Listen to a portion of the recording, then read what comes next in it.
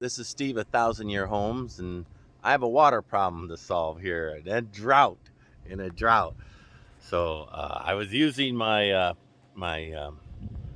cattle tank to draw water down to make mud and do this construction site, and I am running out of that. But I found a company that has brand new 275-gallon IDC totes here for 95 bucks. So Destiny and I, my daughter, get a road trip, so I'm going to go pick her up. But first, I got to get my trailer hooked up on this little adventure.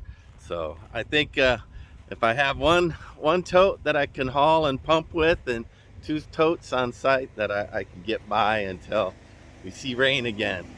So the other day, I kicked over a fire ant mound, and there was fire ant queens and males in there, and they only do that when the rain is on the way. So there's a 24% chance of rain on this property in the next week. But based on the fire ants, I'm going to believe that mean-spirited sky up there is going to begrudgingly give a little bit of token. So, but here we go. Let me go ahead and hook up my trailer. I'll do a fast video on that one.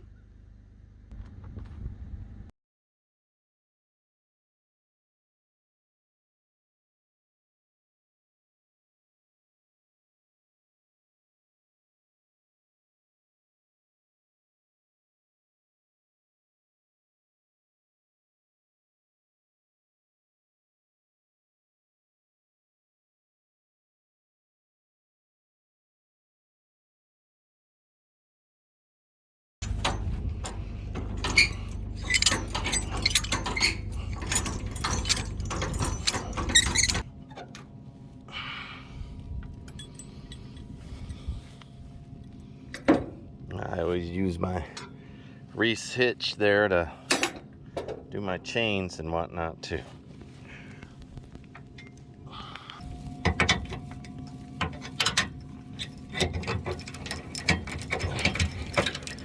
So, a Texas service notice. So I asked a fireman once about all the fires alongside the road, assuming there are cigarettes being thrown out. That's true, but a great number of them are from these chains being allowed to drag on the ground, and then the link gets filed through and becomes red hot, breaks off, goes into the weeds, and will catch everything on fire. So you have to cross them, and then I always put them up now with a bungee cord, including my quick cable release here for breakaway, right? So I'm going to go ahead and stop my camera so I don't forget something here during the hookup. But I have to put the wire in. I have to finish the safety chains. I have to get the leg up, and then I check all the lights. There you go. So I always pull a trailer a little ways and then check on it, but I'm going to give you a twofer here. I'm going to check on my trailer, make sure everything's still there. It's a rough bit of road that I haul it down, so, and then looky here, I'm going to double checking my trailer, making sure I'm digging everything, making sure it's all tight, wiring all good, and then look at my little stock tank here. So I'm in trouble. This log is historic high right here, and I don't know how long it's going to take for when I do get rain to fill in the cracks that I'm seeing growing along the side. Every hungry deer and hog and animal in the county's coming and drinking out of here. So way over there you can see a little red bucket, and that little red bucket was my intake for my 30-gallon container that I was pumping water out of here. June 2nd, I was pumping water out of here. It is now August 4th, so a little more than a 60 days drop here.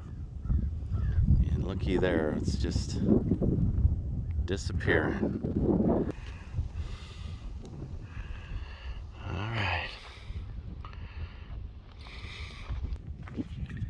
Now you can see why I'm going to get two containers and something for my gray water when I build my plumbing. So, and I'm heading that way, so this is all appropriate timing. But Sure wish my field wasn't dead. All this hay's all burnt up. Not much of it's coastal. I think the rest of it's called Mahia. And it probably just means native, I'm gonna guess. But anyway, I'm gonna go get my daughter. We're gonna do a road trip. I'll tune back in a minute. Hey everybody, it's Steve. I'm going to get that water. I got a road trip. And look, I got a wing girl. My daughter decided to ride with me. When's the last time we went anywhere together? Last week, I think. Last week. Yeah. So it's nice to have the company for sure. But I use her mostly for heavy muscle, so she's gonna put those totes on there. See? Big muscle. All right, off we go to Giddings here. 24-minute road trip, country roads. It's very pleasant.